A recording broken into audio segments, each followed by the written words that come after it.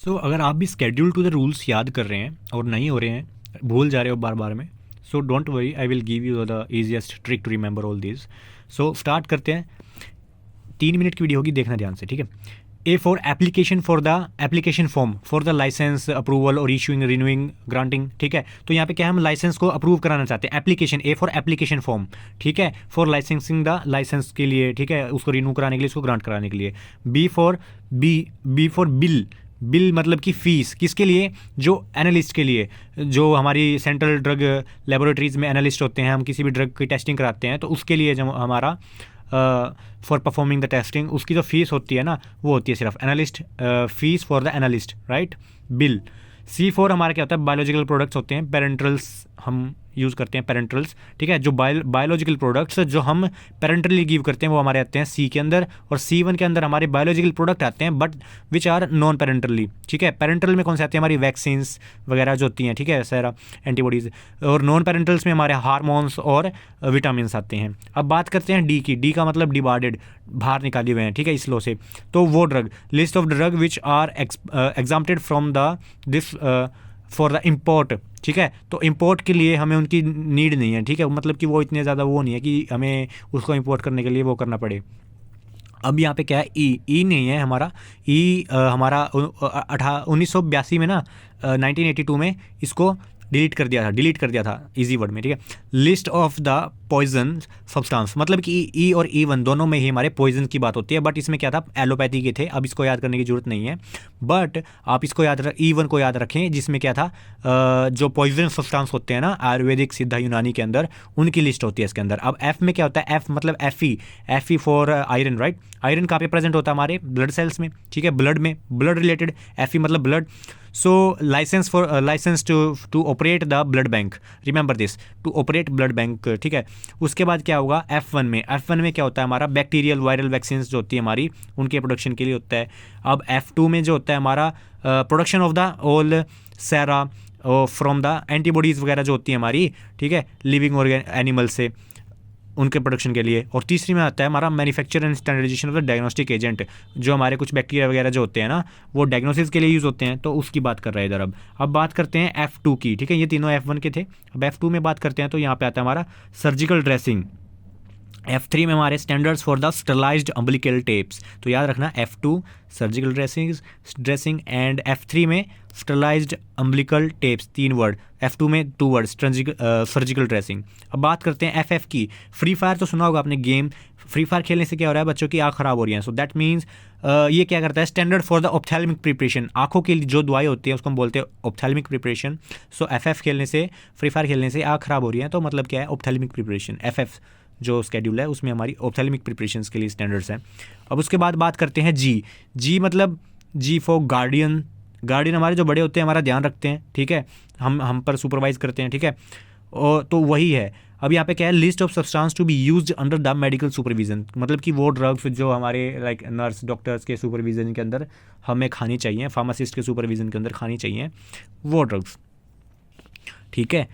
अब यहाँ पे क्या है, एच जो होता है, list of the drugs which should be given only in और administer if they are prescribed by the RMP, ठीक है, जो ड्रग्स प्रिस्क्रिप्शन में प्रिस्क्राइब की जाती है उनको drug, list of the prescription drugs only sold on prescription by RMP, ठीक है, जो कि जिनके ऊपर H भी लिखा होता है उन टैबलेट्स के पीछे, और लाइक एनी डोसेज फॉर्म, उनकी पैकेजिंग में ऐसा लिखा होगा। तो वो क्या है कि भाई प्रिस्क्रिप्शन पे यूज़ करना उन ड्रग्स को, लाइक नार्कोटिक ड्रग्स होती हैं हमारी, ठीक है, वो ऐसी मिलती भी नहीं है। तो उसके बाद हमारा क्या है, जे से जादू टोना।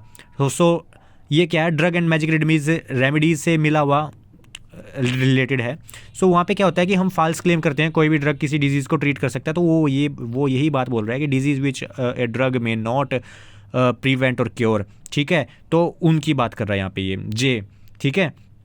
जादूगर, ड्रग एंड मैजिक रेमेडीज़, मतलब कि जो ऐसे ड्रग्स, ऐसी डिजीज़ जो कभी ट्रीट नहीं हो सकती बट कुछ ड्रग फॉल्स क्लेम करते हैं ना, तो उन चीज़ों को प्रिवेंट करने के लिए यहाँ पे ये दिया है, उसकी लिस्ट दी हुई है। उसके बाद क्या है, के is a drug exempted from the manufacturer. अब क्या था, डी और के, रिमेंबर जो हमारा क्या है, डी और के, इन दोनों के अंदर हमारी क्या आती है, एग्जाम्प्टेड ड्रग्स आती हैं, ठीक है, क्या आती हैं, एग्जाम्प्टेड ड्रग आती हैं के और डी के अंदर फॉर द मैन्युफैक्चरिंग। अब यहाँ पे क्या है, मैन्युफैक्चरिंग। डी में क्या था, डी में था इम्पोर्ट के लिए और के में है मैन्युफैक्चरिंग के लिए। वो ड्रग जो मैन्युफैक्चरिंग करनी है हमें, पर वो ज़्यादा उसकी रूल्स रेगुलेशन की नीड नहीं है यहाँ पे, तो वो काम चल जाएगा ऐसे, ठीक है। बात करते हैं एम की, GMP. GMP requirement for the factory premises plant. Good manufacturing practice होती है, सीधी सी बात है एमपी में। तो मैन्युफैक्चर करने के लिए, रिक्वायरमेंट करने के लिए जो भी रिक्वायरमेंट होती है जीएमपी की, वो सारी इसमें दी जाती हैं। अब क्या है, M1 जो होता है वो होता है होम्योपैथी की requirement. Good manufacturing practice requirement for the homeopathy. Good manufacturing requirement for the cosmetics M2 में।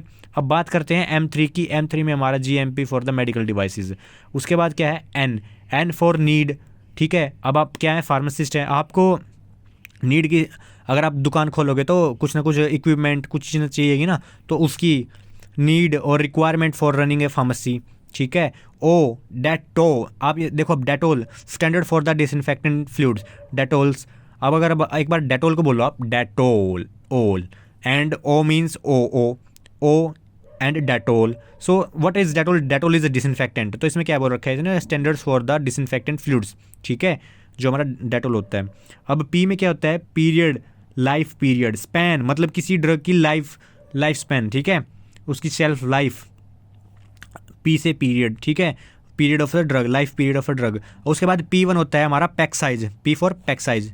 Hope you got this one.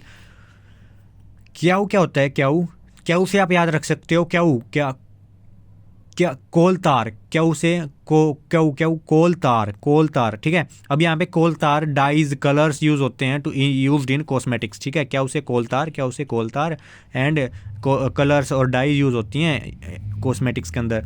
And उसके बाद क्या है, आर के अंदर क्या आते हैं, standard for the mechanical contraceptives like condoms, anything else like, ठीक है। सो उनके लिए, कॉन्ट्रासेप्टिव्स के लिए जो मैकेनिकल हैं, उनके लिए स्टैंडर्ड्स दिए जाते हैं। And R1 is like standard for the medical devices. R1 is standard for the medical devices. Remember this one, you may be confused here, but it is R1 is just contraceptives and R1 is standard for the medical devices। और जो हमारा M3 था उसमें क्या था, हमारे good manufacturing requirement for the medical devices. अब यहाँ पे क्या है, standard for the medical devices. Hope you got this one. After that we have S से मतलब क्या होता है, सौंदर्य। S से क्या होगा, सौंदर्य किसी चीज़ को अच्छे के लिए। अब वो प्रोडक्ट कहाँ आते हैं, हमारे कॉस्मेटिक्स के अंदर आते हैं, ठीक है। T के अंदर हमारा क्या होगा, GMP रिक्वायरमेंट ASU, ये तो हमारे रहते थे ना अभी भी, ठीक है। सो ये क्या होगा, GMP रिक्वायरमेंट फॉर आयुर्वेदिक, सिद्धा, यूनानी, सभी के लिए उनके इक्विपमेंट, उनकी रिक्वायरमेंट जो भी होती है, ठीक है। अब U और U1 में क्या होता है, मैन्युफैक्चरिंग रिकॉर्ड होते हैं इनके अंदर, कुछ नहीं होता, सीधी सी बात है, मेंटेन करते हैं किसको, रिकॉर्ड्स को, फॉर व्हाट, फॉर ड्रग्स, ठीक है, फॉर ड्रग्स। और U1 में हम क्या करते हैं, मैन्युफैक्चरिंग रिकॉर्ड मेंटेन करते हैं for cosmetics.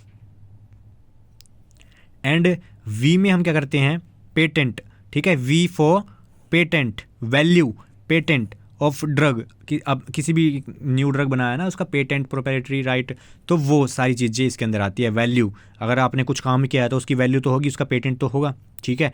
W for generic name marketed, तो जेनरिक नेम के लिए हम जो भी अप्लाई करते हैं वो इसके स्केड्यूल के अंदर होता है, generic name of any marketed drug, ठीक है। और X के अंदर हमारे आते हैं list of narcotic drugs, and Y के अंदर हमारे आते हैं requirements and guideline for the clinical trial, requirement and guideline for the clinical trial Y, ठीक है। Thank you, hope you got. अगर आपको बहुत ज़्यादा शॉर्ट वीडियो देखनी है ना, तो आप देख सकते हो चैनल पे जाके, जो मेन टॉपिक के बारे में मैंने बता रखा है। Thank you guys.